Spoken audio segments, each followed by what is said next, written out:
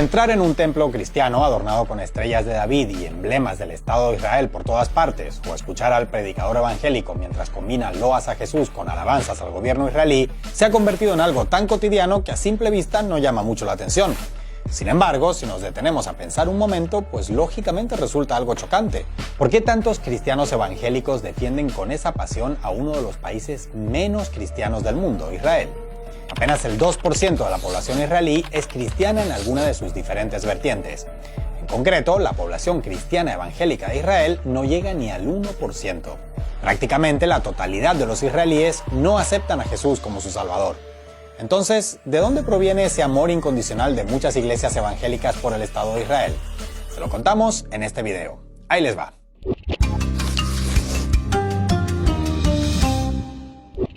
El escasísimo número de cristianos que existen en Israel tal vez sea el primer motivo para sorprenderse por la pasión del evangelismo por ese estado, pero está lejos de ser el más impactante.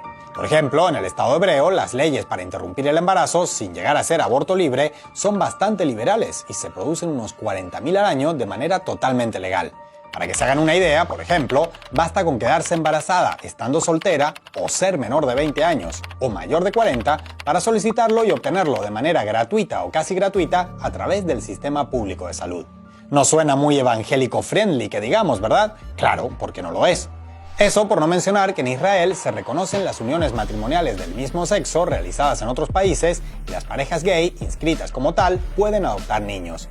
Otra característica para nada evangélica del Estado israelí. Pero entonces, ¿cómo explicar que un grupo de cristianos antiabortistas, opuestos a los movimientos LGBT, apoye con tanto fervor un país donde la mayoría de la gente, 1.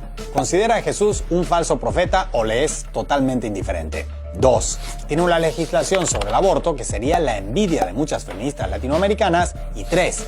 Tolera que parejas del mismo sexo convivan o adopten niños. La respuesta está en la Biblia.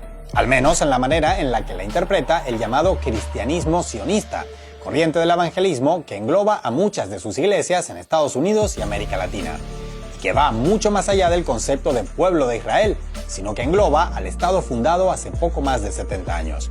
Según la óptica de los cristianos sionistas, para que se cumpla la profecía bíblica de la segunda venida del Mesías para reinar sobre la tierra durante 1000 años ininterrumpidos, con Satanás totalmente confinado en el infierno, antes tienen que darse unos ciertos eventos descritos en el Antiguo Testamento. Entre ellos, el retorno de los judíos a la tierra prometida y la derrota de los otros pueblos que se la disputan. Ahí es donde el Estado de Israel y el conflicto palestino encajan como anillo al dedo para los cristianos sionistas.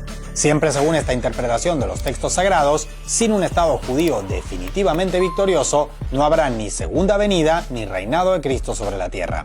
El orden de los factores, en este caso, sí altera el producto. Primero, victoria total de Israel, después, venida del Mesías. No al revés. One day, Jesus will reign from Jerusalem. Isaiah said this new kingdom would be the center of global rule. And Paul said when Jesus returns, all Israel will be saved. That's why, as Christians, we need to stand in solidarity with Israel. Debido a estas interpretaciones, varias corrientes evangélicas latinoamericanas apoyan que los colonos israelíes expulsen a palestinos, o la decisión de Trump de reconocer a Jerusalén como capital de Israel, y muestran mucho más entusiasmo e interés por esos asuntos que por cualquier otro evento político ocurrido en sus propios países. Para estas corrientes del evangelismo sionista, cualquier éxito de Israel como Estado es una prueba innegable de que la llegada de Cristo está más cerca. Lo que suceda en Guatemala, Honduras, Perú o Brasil es para ellos hasta cierto punto secundario. Pero las ventajas que enumeran los cristianos sionistas no acaban aquí. Según su creencia, tras el triunfo de Israel, el Rey de Reyes llegaría a la tierra para reinar, sí, pero no sin antes separar a los verdaderos cristianos de los impostores. Y entonces los judíos, al ver todo con sus propios ojos, se darían cuenta de su error histórico y aceptarían a Jesús como su Salvador. Vale, ya tenemos claro por qué muchos cristianos evangélicos aman al Estado de Israel. Pero resulta que además este amor es correspondido. Como en la vida real podría no serlo, pero lo es. We have no better friends in the world than the evangelical community. And the evangelical community has no better friend in the world than the state of Israel. Así que las preguntas que surgen ahora son: ¿por qué Israel se deja querer por grupos religiosos que vaticinan que tarde o temprano el judaísmo, religión que profesan 3 de cada 4 israelíes, tendrá que admitir que estaba equivocado? ¿Por qué reciben con tanto cariño a grupos que sostienen que leyes sobre el aborto o la homosexualidad como las que tiene el Estado de Israel son obra directa de Lucifer?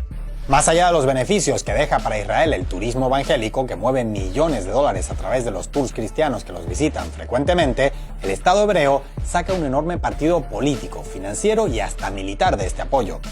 Imagínense, solo en Estados Unidos habitan más cristianos con simpatías sionistas que judíos.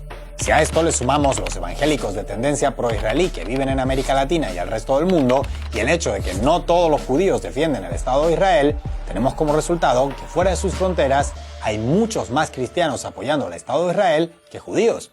Cuando el presidente estadounidense de turno es presionado para adoptar una u otra postura sobre Israel, venderle armas o hacer uso del derecho a veto en la ONU, la mayoría de los lobistas no son judíos, sino cristianos evangélicos.